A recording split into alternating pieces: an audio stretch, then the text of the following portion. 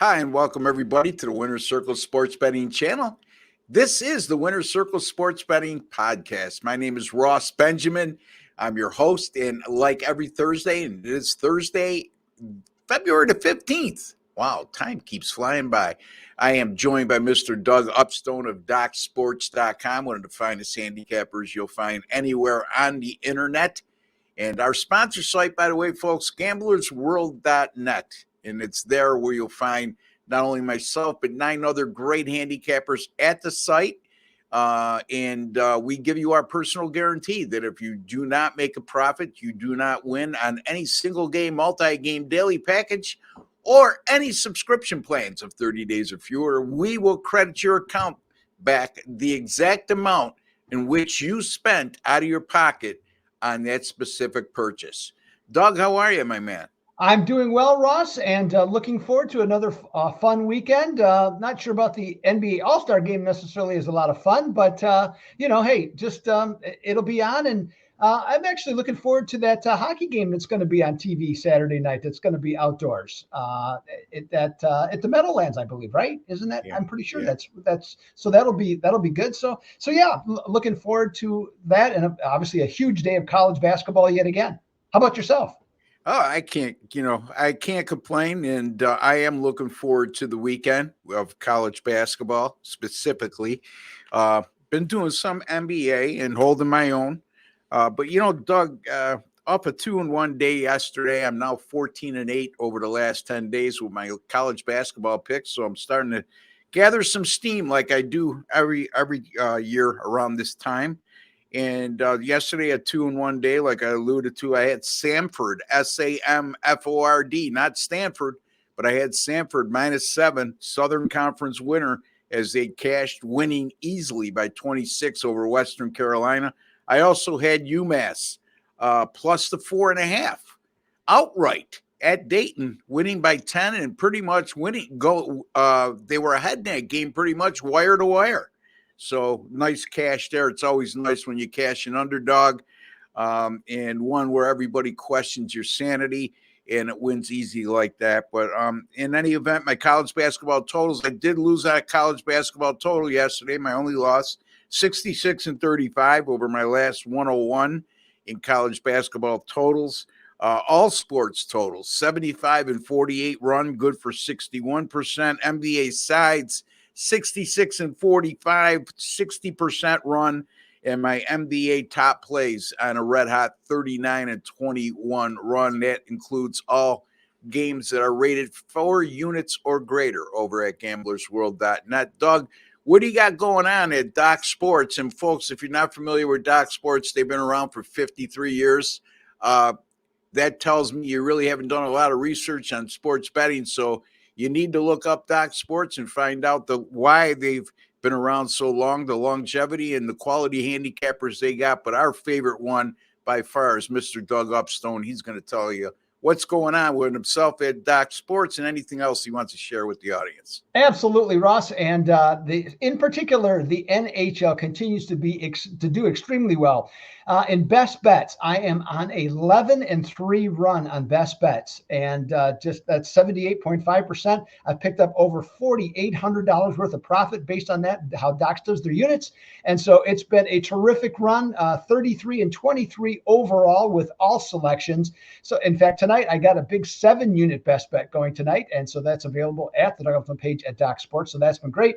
Prop bets still doing very well, 62% since early December. So making some good money there across the board. And tonight I have a NBA top prop before we see the NBA go away for a few days for the All-Star break. So that's been good.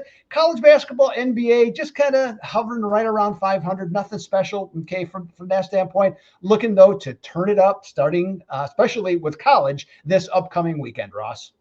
Yeah, I look forward to it as well, Doug. Doug Upstone over at DocSports.com, folks.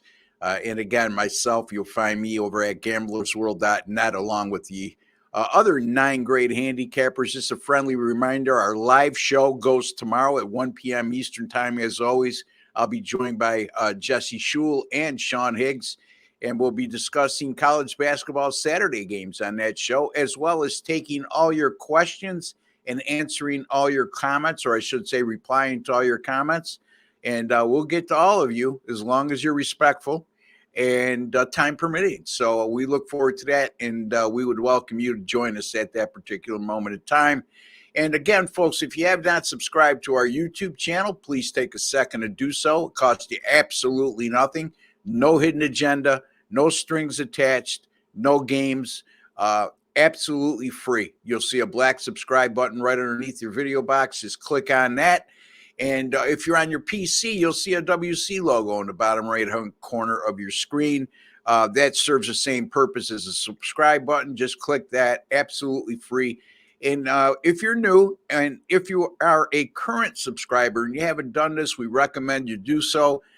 Go into your YouTube settings and click the alert notification bell for the Winner's Circle Sports Betting channel, and you'll be notified upon any of our pre-records going up and being published on the channel. Of course, you'll be notified when our live show goes up on Friday as well. So a nice convenience there. And don't forget, hit the like button.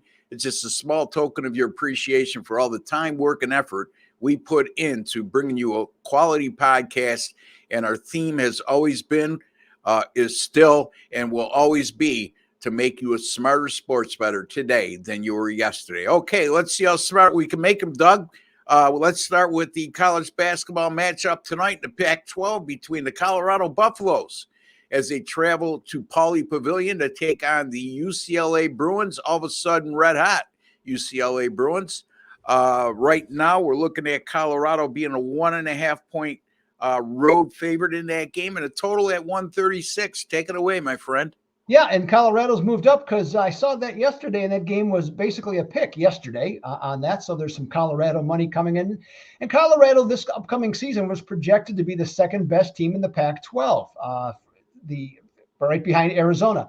Nobody was sure what to think of UCLA coming into the year because it was going to be a very young team.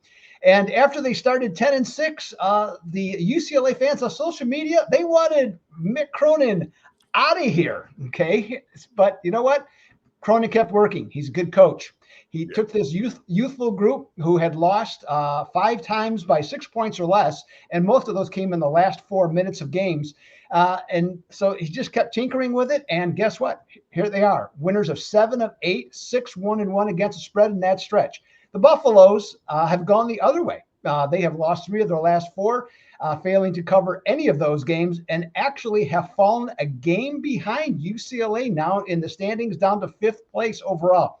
Buffalo's conundrum is on the road. 3-7, 2-8 against the spread, permitting 77 points per game, and giving the shooting percentage allowed is 47.6. Offense still doing the job, Ross. 80 points per game, 74 points per game away from Boulder.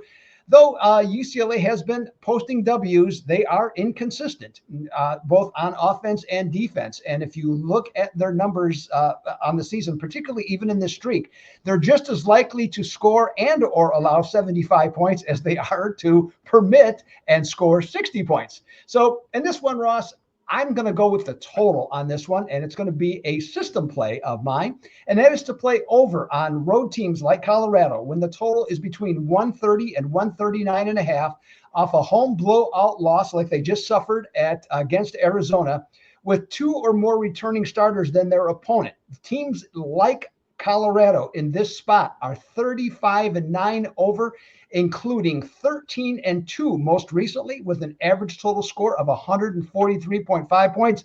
Ross, give me the over. UCLA and Colorado in this one. All right, Colorado, UCLA over the total of 136. Yeah, I'm going to look at the side here. I don't have an opinion on the total. So our official play is Colorado, UCLA over the total of 136 from Mr. Upstone. It's similar to me, Doug, to the situation that when I handicapped yesterday's game between UMass and Dayton. It made no sense to me. By the way, it was Richmond, by the way. Richmond, I'm sorry. Yeah. And I appreciate you correcting me on that. Where Richmond was 12-0 at home. And UMass middle of the pack in the A-10. and Richmond was just a 3.5-point favorite, where every analytical aspect you looked at that game told you Richmond was the obvious play. And I said to myself, it opened at 3.5. It's since moved to 4.5. Most of that having to do with public money. It just didn't make any sense. So when that happens, I usually look to make a contrarian case, and I'm glad that I did, because UMass won the game outright. Well, here we have, as Doug alluded to, UCLA winning 7 of their last 8. They've won their last 5, as a matter of fact. They come in on a 5-game win streak. Colorado's lost 3 of 4. Doug touched upon that. Also, Colorado this year on the road, true road games, they've been terrible. 1-6 straight up in ATS. And yet, here we are. Colorado's a 1.5-point favorite in this game. I just think they're begging you to take the home dog yesterday, just the way they were begging you to take the home dog with Massachusetts, or the home favorite with Richmond against Massachusetts yesterday. So I'm going to go with Colorado as my lean here in this game. Colorado minus 1.5 over UCLA, simply because it doesn't make sense, Doug. Yeah, I mean, I understand your logic on that one. I have to be. You said earlier, some people think you're nuts. Well, I honestly thought you were nuts when you took UMass, because I did have Richmond last night. So from that standpoint, that's why I'm glad you explained it, and it was an excellent explanation, and you turned out to be exactly correct. Yeah. Well, it's not a knock on you, but it was no. I just, I appreciate you got it right. I didn't. There's nothing. Yeah. Absolutely. Hey, sometimes it's better to be crazy good than just good, So anyway, all right, let me look at my game, Doug, and I'm going to be looking at the Rutgers and Northwestern matchup. And again, the home away dichotomies of Northwestern, I just can't overcome that.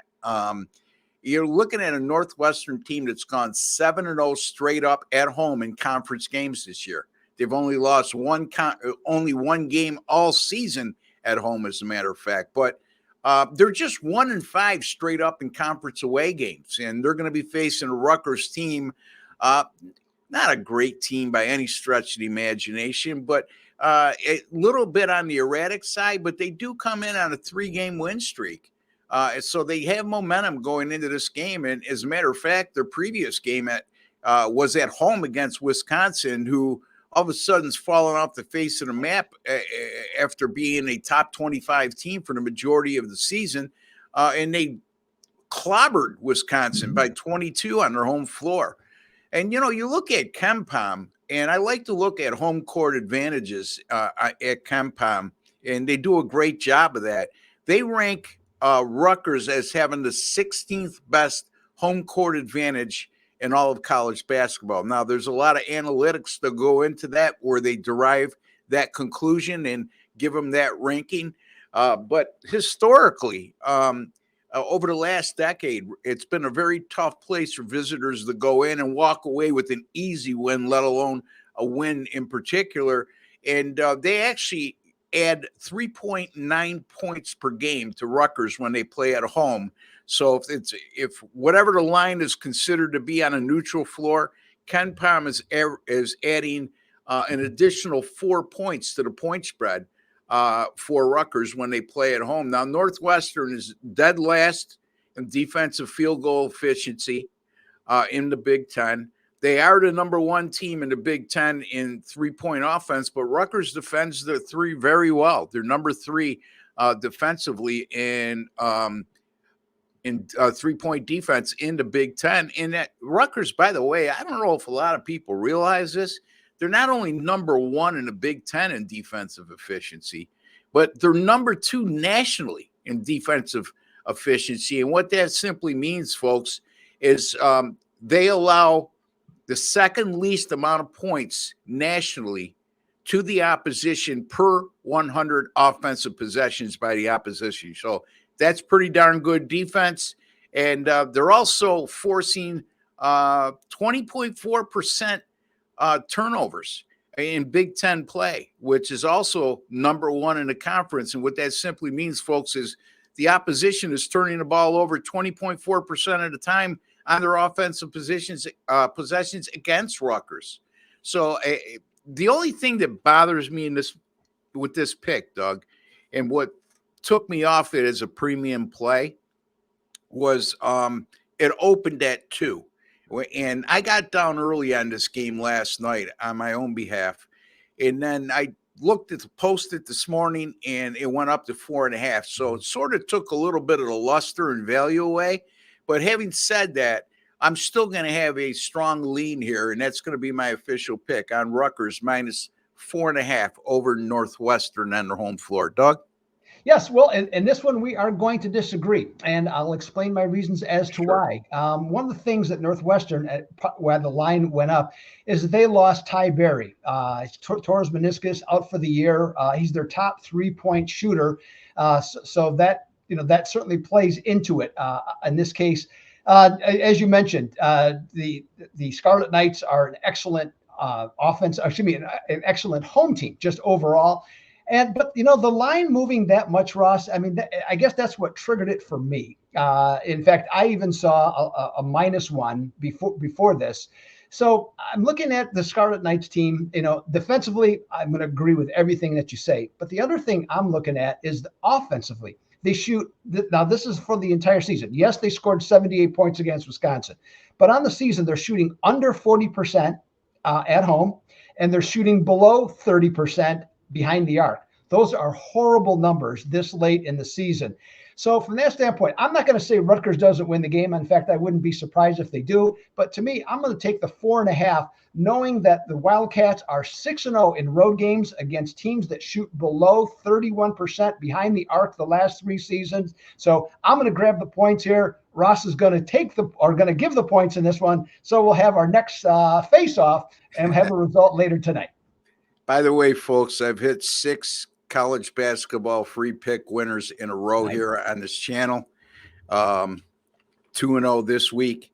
And I had the over last night in the game. I can't even remember right now. It was an over 145.5. But it's been a great 2-week run here with college basketball free picks. So hopefully I go 7-0 after tonight. Doug does have a lean toward on the other side, and that's okay. It makes for very interesting conversation. No, we're not trying to two-side you, folks, because at the end of the day, our official pick is mine on this game, and our official pick in the Colorado UCLA game is Doug's, and he's going over the total of 136, even though I have a lean toward Colorado in that game for the reasons I given. But yeah, we'll see what happens. Rutgers, sometimes they can't put the ball in the ocean. I get that. And the kid Barry that got hurt, I really don't think that has a lot to do with the line move, in my personal opinion, because that, again, he didn't get hurt between last night and this morning. Right. The odds makers knew he was down. It may have, in your defense, and with all respect intended, it may have to do what the line move in terms of the betting public had to do. So I want to clarify that, because I don't want people to think, how did you not know that he was out? Yeah. That's why the line moved, because they just found out he was out. No, that wasn't the case. So what Doug is trying to indicate to you is to change the betting pattern of the public when it came to that. Yep. So in any event, Doug, always a pleasure, my man. Doug will be back with us on Monday. We'll be talking more college basketball at that time. We'll cover both of the ESPN nationally televised games on Monday. Don't forget, I'll be back tomorrow on our live show with Sean Higgs and Jesse Schule. And we're taking all your comments, questions. So chime in with those folks. 1 p.m. Eastern time. Mark that down in your calendar. Set your alarm, whatever the case may be. And don't forget to subscribe and hit that like button for us. We would really appreciate it. But until the next time, for Doug Upstone and Ross Benjamin, take care and God bless, folks.